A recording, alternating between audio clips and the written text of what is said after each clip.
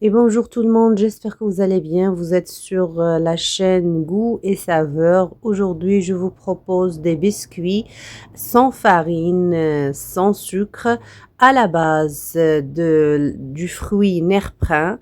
J'ai mis la photo de ce fruit, de ce fameux fruit, méconnu par beaucoup de gens. La base de ce biscuit, ça sera le nerprin. Alors, vous pouvez chercher sur Internet les bienfaits de nerprin et vous allez être surpris. Elle est super bien pour l'estomac. Elle a beaucoup de bénéfices sur la santé.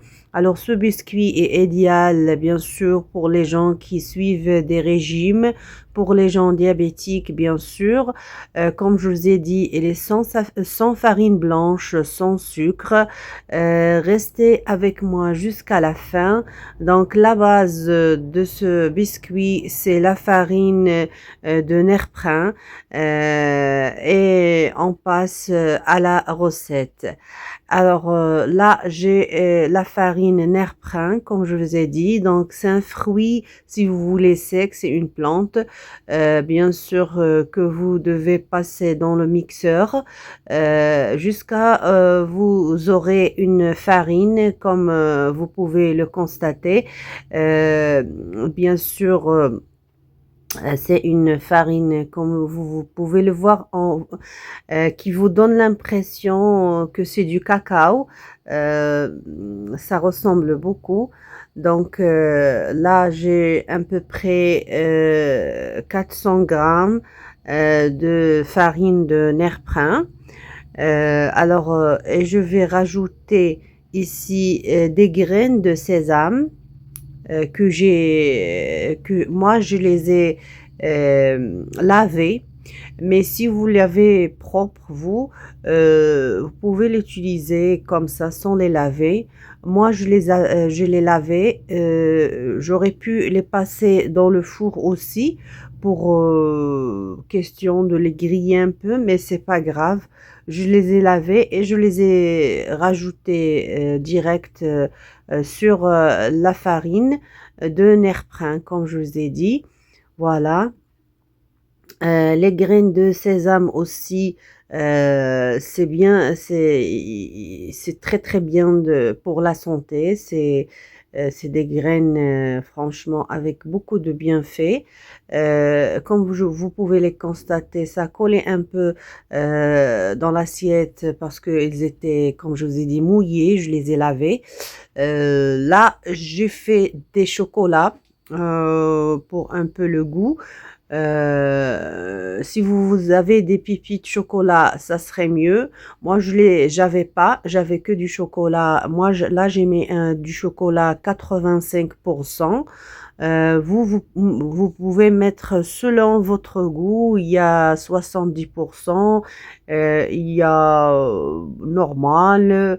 Il y a même 100% cacao aussi, 100% chocolat. Vous pouvez mettre comme vous voulez. Alors là, pour sucrer notre recette, moi j'ai utilisé le sirop d'agave bio, comme vous pouvez le constater. Vous pouvez bien sûr remplacer le sirop d'agave si vous l'avez pas par le miel aussi, ça peut faire l'affaire. Du miel naturel, bien sûr, il n'y a pas mieux. Moi, j'avais pas, j'ai que le sirop d'agave que j'utilise un peu, bon, très souvent dans mes recettes. Là, je vais rajouter 3 œufs.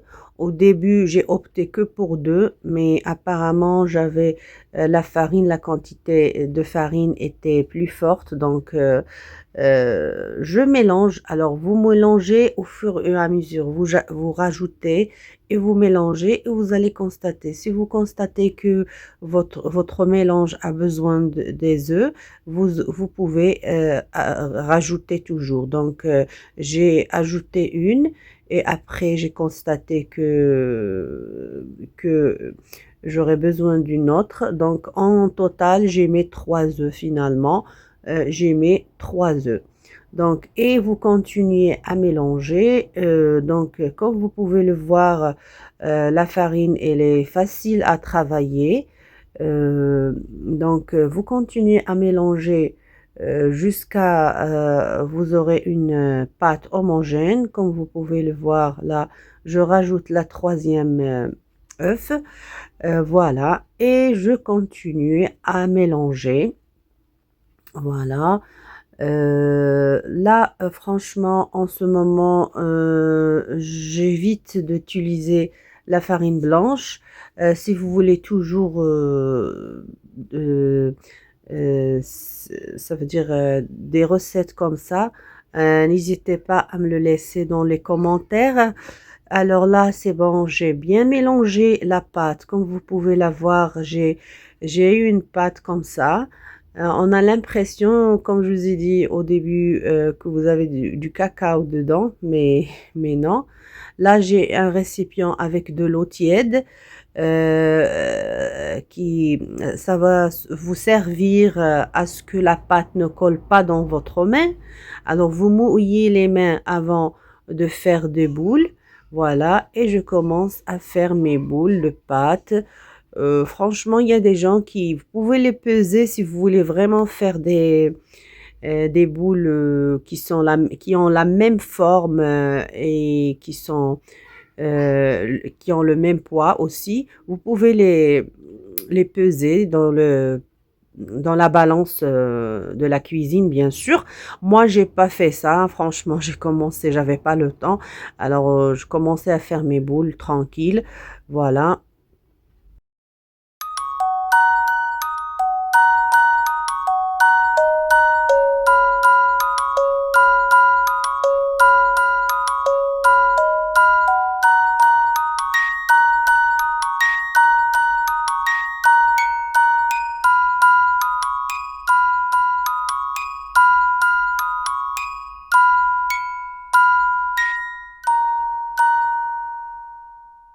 Et voilà ma quantité de biscuits. Alors, une fois terminé, bien sûr, comme je vous ai dit, si vous voulez vraiment faire des biscuits de la même taille, de la même poids, vous pouvez les peser dans la balance de la cuisine. Ça reste votre choix.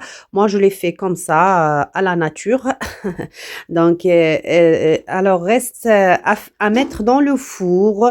Bien sûr, le four, on a déjà préchauffé à 180 degrés. Maintenant, je vais les mettre dans le four.